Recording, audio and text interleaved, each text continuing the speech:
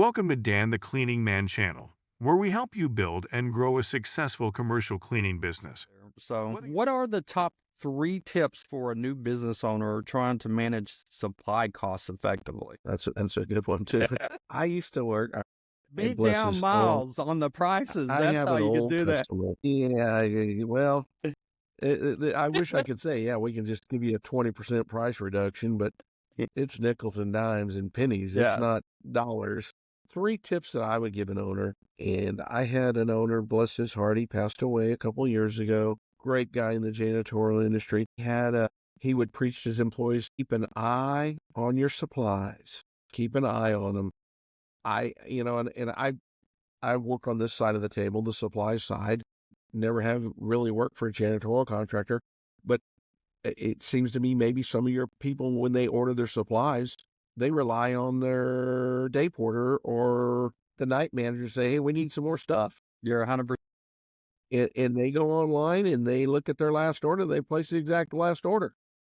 Now, one day they turn around, they got 10 cases of seat covers that they use 1 case a year because they keep reordering. So that is one thing. Keep an eye on your supplies. I know supplies is maybe 10%, 5% is y'all's industry or your business. Your job is to clean floors, and my job is to make sure when they go to clean the floors that they got the correct supplies and chemicals to use it, and keeping eyes on supplies. I know a lot of times you use subcontractors. Yes. You almost got to watch where your product's going. Yeah. Is he cleaning your building, but he's cleaning your competitor's building across the street, and the competitor's building across the street ran out of something, and he grabs a couple cases and takes it over there, and you never know. That can be costly. So that's another tip to keep using it. And the other thing is, believe it or not, is to manage your supply costs, make sure you're using the right product. Yeah. I mean, if you got a dispenser that holds compact tissue and you're using regular tissue and it wouldn't fit in the dispenser, so they're stacking it in the shelves or they're stacking it on top of the dispenser, and that product goes to somebody's desk as a napkin, or they take the paper towels as a napkin, or they take the tissue as for Kleenex to their desk. Those are products that are going away. So use the correct product. Like I said, that would help really control your supplies, because they're going to be, the people make product, then they make a dispenser to go for that product. It helps use that product the correct way and controls usage and controls cost. And waste. Yeah. And I know in your industry, I mean, you're putting a markup probably on the supply anyway. Let's get the right product. And not only by getting the right product, you're going to mark it up, but you're going to create some goodwill with your property manager. Wow. Danny's company, they went in and they looked. They made sure we're using the right product. They provided me additional dispensers to maintain my restroom. Because, man, I bet the most common complaint in the janitorial industry, it's not, my floor had a little sticky spot here. It's the restrooms. Yeah. So, you got to manage your restrooms using the right product, and that'll help control your costs. Yes, absolutely. And a very valid 3 points there, because, I mean, that's something. It starts with the training your team properly right out of the gate. So these 3 tips, these exact 3 tips, and then validate it when you're doing reviews on, Right. profit and loss, to make sure that that's the case. Because, I mean, it's, if you get your eyes off that ball, I mean, you can walk into, I've seen it numerous times. We've taken over an account, or I've transitioned over ops manager. I popped in there and took a look, and they had stacks of trash bags. And I was like, see, and that's the number one thing I see is trash bags. I mean, you go through paper like nobody's business, but trash bags, oh my gosh, that I drives had me. one the other day. One guy wanted to return customer wanted to return some soap. And he said, hey, look at all the soap I have. I said, why you been ordering it? He goes, they tell me to order. I said, I can't take it back. It expired in 2018. My God. And he understood, but I said, and that goes to your deal on keeping your eyes on your supplies. And when your guys are in the building, checking their building, check the supplies. Don't just order, they need an order. Let's send them what they got last month. Absolutely. Absolutely. All right. What one product you wish every business owner would stop using and replace with something better? Believe it or not, Danny, you won't believe. we still sell a lot of bleach. Really? Oh my goodness, it doesn't make sense. Because what is bleach? It's a Bleach is a disinfectant. whitening agent. That's correct. Well, some people say, well, it sanitizes. Yeah, it does, but not in the presence of soil. Once your bleach water gets dirty, it ain't doing anything. You know what it's doing? It's smelling like chlorine. And damaging equipment if you got equipment. Yeah. It's damaging equipment. So I got a customers, and they buy bleach. Why? Buy a good disinfectant that's going to clean. Bleach is not a cleaner. Does it say anywhere on a bleach bottle that it's a great cleaner? Mm-mm. It doesn't have any surfactants or chelating agents to help clean or hold dirt in suspension and remove dirt. So when you said that, I was like, oh my gosh, I know that bleach. But Danny, we still sell probably 3 or 4 truckloads of bleach a month. Oh my gosh. And some people specify they want the Clorox bleach. So anyway, Wow. and what would they replace it with? Any cleaner or disinfectant cleaner. It smells disinfectant because it smells like bleach, but you probably didn't kill any germs. You didn't kill any flu bugs in that school district that you're cleaning or that medical office building. And most property managers are smart. They see bleach, they're going to tell you to get it out of there. I mean, you're fortunate you work for a pretty top-notch company. You probably don't use a lot of bleach, but I still sell a lot of bleach. No, it's zero tolerance for bleach. We don't, I mean, the damage that it can do equipment. I mean, I'd like to go to them places that get the truckload and go see their facility and see what kind of damage it's occurred over that time frame of the using bleach. But secondly, on the end user, sometimes they get distracted or not paying attention. And what happens? A little drip or 2 or 3 gets on that You're carpet buying a new carpet. and it burns it up. And hey, who's accountable for replacing that carpet? Well, that's us. So Right.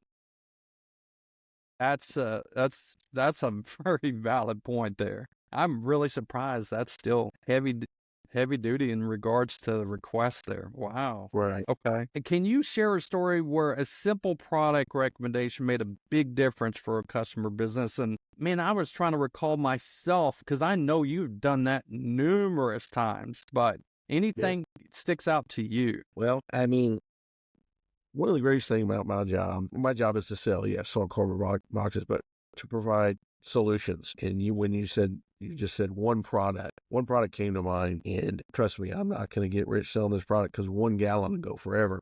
We sell a product from Diversity called Breakup. It's an enzymatic cleaner, disinfectant, and odor neutralizer. I mean, a gallon in a building will go forever. Pour a little bit down a drain, mop with it. Of course, your restrooms are the number one source of odors, but Diversity makes a product called Breakup. Other people make products like an enzymatic cleaner. Spartan makes Consume, but that's a product that is going to take notice. Your customers say, hey, y'all did something different. I told you my restrooms cleaned or had a smell to them, and your company took initiative and they showed effort. And that's what your property managers want. They want you to respond to their request. And this is one that a lot of BSCs, building service, that's what we call you guys, BSCs, building service contractors, missed the boat on. There's a product called Breakup, and I'll get you a gallon sample that you're going to say that. But also, any one product, that's a product that'll bring value to your customer. Yes. I mean, I keep putting this toilet paper in there because that's what y'all been using for 30 years. Or I keep putting this soap in here. Or we clean the restroom with this, and you have this air freshener. Let's get outside the box and show that property manager that you do care about them, and then you're going to bring them value. You're not just going to, if I clean your building this month, send me a check. Yeah. No, we showed initiative. We showed ownership. We brought you some value, and that goes a long way in, because we all lose customers, hopefully keeping that customer. So that when somebody else knocks on the door and says, I want to clean your building, he said, no, Dan the man has been taking care of me. I mean, he shows initiative. I don't want to change right now. Yeah. And that's a good thing. Yeah. And we've been talked about that on a lot of my, interviews and, even the faceless videos. I can't stress enough, building that trust, build that loyalty, take care of your customer, be ahead of the game, be proactive. There's numerous things that we do, but I got to say, you do the same thing with us. You try to be proactive and stay ahead of it and take good care of us. So yeah, We don't always have the right answers, but we're going to show initiative and try to bring value to that customer. 100%. And then that breakaway, I think I've utilized that once before. Is majority of your clients using it for the drain smells? Correct. Yeah. And the ones that use it, they'll never go away from it. Yeah. They just have an odor. Something's wrong. Well, I'm gonna clean with breakup today. Yeah. It does a great job. It's enzymatic. So enzymes, of course, eat bugs. And bacteria is what when bacteria makes business, that's what you're smelling. And I do recall ordering that for one of our buildings. I haven't heard them say anything about the smell anymore. But I'm not touching base with them one-on-one like I typically did. I get one of my ops manager. I'll have to wrap back around and talk to her about it. So what's the most underrated product category at Home Depot that more businesses should know about? This one I was kind of interested to hear what you had to say. You probably interviewed 20 people like me. They're all getting different answers. But I can just give you my opinion. The most underrated products that you guys I can narrow it down to two here. Okay. Whether it's automatic dispensers or active air, the fragrance in your urinal screen, or just total air care or odor control. To show a customer a great odor control system for their facility, you're going to have a customer for life. So that's a product category that many people overlook.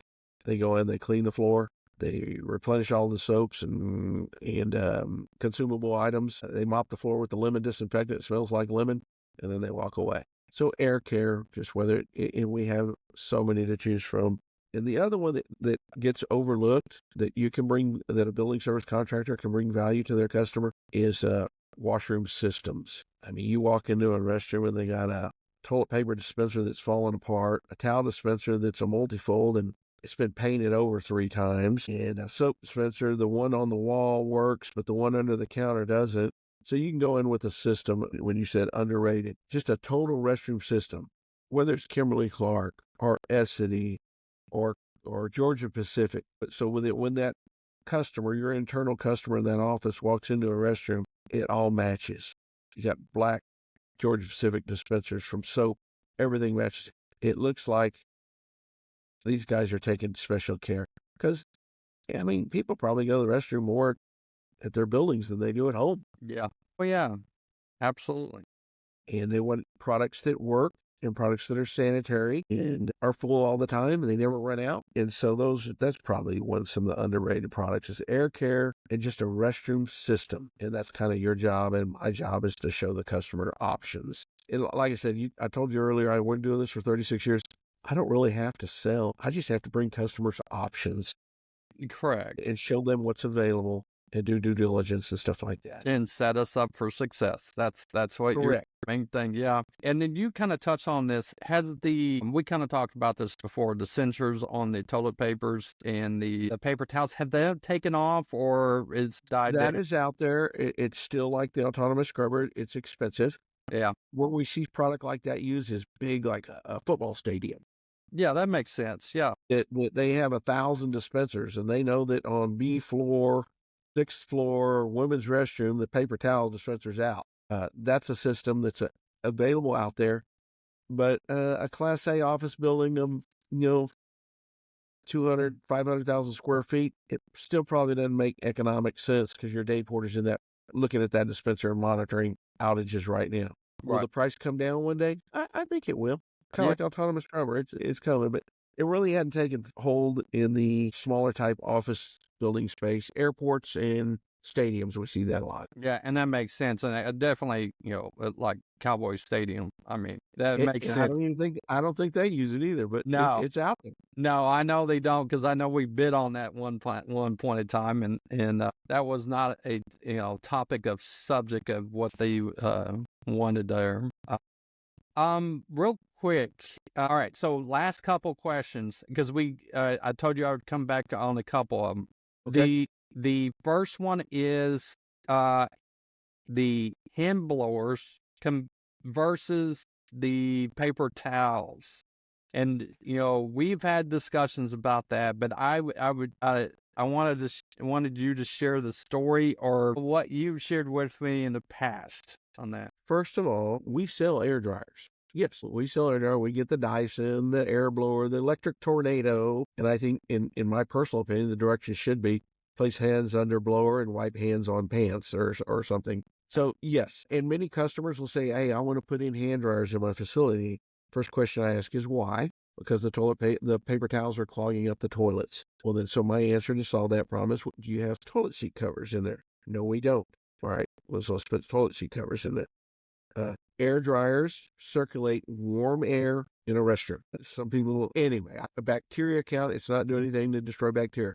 A paper towel dries your hands better, and the friction that you're creating on that paper towel actually helps remove other bacteria from your hands that hand soap and water didn't get rid of. Yes, we sell hand dryers, and people do. I don't care for them. Here again, there's no one product works. There's millions of companies out there. No one product is perfect. Otherwise, all these companies would be out of business when you think about it. But that's my opinion on hand dryers. If you want one, we can supply it. Is it greener? Some people say I want it for green because I'm not going to throw paper away. Well, it takes electricity to run that thing. That's right. And I can supply data from paper manufacturers. Customers can read that. So that's my opinion on hand dryers. Yeah, and the reason why I'm asked that question, because I mean, you're blowing, potential bacteria in the air when there's just numerous things. When you look at it, it's like, oh yeah, that's gonna be cheaper on us, and we're eliminating this situation, but you really need to think through the process, just like you said. I mean, there's toilet seat covers, real thin, you can flush. If you get a blower, I mean, the electricity that you're using, the return investment is sometimes worse in some cases, and the health of the building could be worse too. You never know. Most office buildings, they want to keep and maintain and retain tenants. If I'm a tenant in a Class A office building and paying, or Class B or wherever office building, you're paying rent, it just looks, how do I say that? I don't know the word or the adjective to describe it, but I want to dry my hands with a nice paper towel and go back to work. I don't want to sit under an air dryer. So it's tenant satisfaction, and I think if you polled most tenants, they would rather use a paper towel to dry their hands. Absolutely. All right. So the last question, because me and you have always had to partner up in regards to starting a building for between 200,000 to 300,000 square feet. And we always partner up about getting the proper equipment at the building, the chemicals and all that. And typically I have a checklist, and then, Miles has a checklist. And we kind of merge them things together and make sure we're setting up the building properly with the proper chemicals and papers and so forth. However, and beside, put that to aside, the equipment. So we've done this in the past where we would typically in the 200,000 to 300,000, we would always get a low speed buffer, correct? And then gondolas. Right. And then it was it depended on the square footage, the extractors. Right. Carpet extractors, or even you could even go Whitaker machine, however you see fit best suits that building. Is there any, and then obviously you got your independent contractors that, they have to buy their mop buckets, their mops, and their tools, all that. So is there anything that I'm missing that we have constantly had to do in the past that I'm leaving out there? Well, the first, you're right. You have a startup, you have a brand new customer, you want it to go smooth. Yeah. And my job is to partner with you guys to make sure with that contractor or that person that's going to clean the building, that's doing the work, has the correct supplies. Many times it requires walking the building, looking at towels, tissue, soap. What color liners? Do they use black and clear? Do they have air care? Do they need seat covers? Do they use urinal screens? Do they want a specific color? Sanisac liners that fit right? Correct cleaning chemicals that contractor wants so that he has the right tools. Well, some of them say, I don't even need a 175. I don't have enough flooring here to use it. You're going to pay $1,000 for a floor machine that's going to sit in the back closet. It's our job to make sure that you guys know that. How are they going to transport the trash? Are they going to get a gondola? Are the doors large enough? Do they need a tilt truck? Would that work better? Do they need a carpet extractor? Probably not. In a building that they use one carpet extractor for 10 buildings. They have the right dust mops, gloves, PPE. So it's our job to partner with you guys to make sure, like I said, that y'all get off on the right foot. And that property manager sees Dan the Man Cleaning Company walk in and they got their stuff together. They're ready to go. They're professional and they can do it. There's as simple as wet floor signs. Yes. Yeah, guy showed up to That's clean my building. They have huge. wet floor signs. That's Well, we huge. forgot. And Yeah, yes. we forgot. What do you mean you forgot? You're a cleaning company. You're not supposed to forget stuff like that. And that is the one thing that it sticks out. It's like, you got to get the wet floor signs and make sure they're utilizing it too. That's the other challenge of that part of it, make sure they're on top of that. And all cleaning companies have their operational procedures and they stick to them and they know and they rely on me to partner with them and maybe help make sure they don't forget wet floor signs. Yeah, no, and I typically, the previous company I was at, I mean, when we worked closely together, I mean, we were just starting these buildings left and right, left to right, left to right. Yeah. And I was like, I'd always say, Miles, am I missing something? Because we kind of compare notes and checklists as we were going through them. And he's like, yeah, we got to get that wet floor signs, or do you have enough there already on site? And typically the building is bought some for themselves and they want us to, use them, or, that question is always, presented. So, or do we need to get some extra because there's some additional floors that's been built out. So, yeah, no, that's a very excellent point there. So. Well, Miles, I take enough of your time. Man, I appreciate everything in regards to the feedback, the stories, catching up with you. I mean, you've been a valuable partner with me for several years now, over a decade, in friendship from family and all that. It goes way back. So thank you again for your time. I know you got some time with your wife today. And Oh, yeah. Yeah. You gotta go buy all those Christmas presents, Yeah, absolutely. And I do too, because our Christmas party's tonight. So, but we'll have some fun. But yeah, if you don't mind staying on, but just for a few more minutes. And to the audience out there, thank you for watching Dan the Cleaning Man, and we will catch you on the next one. Keep it clean out there. Thank you for watching Dan the Cleaning Man channel.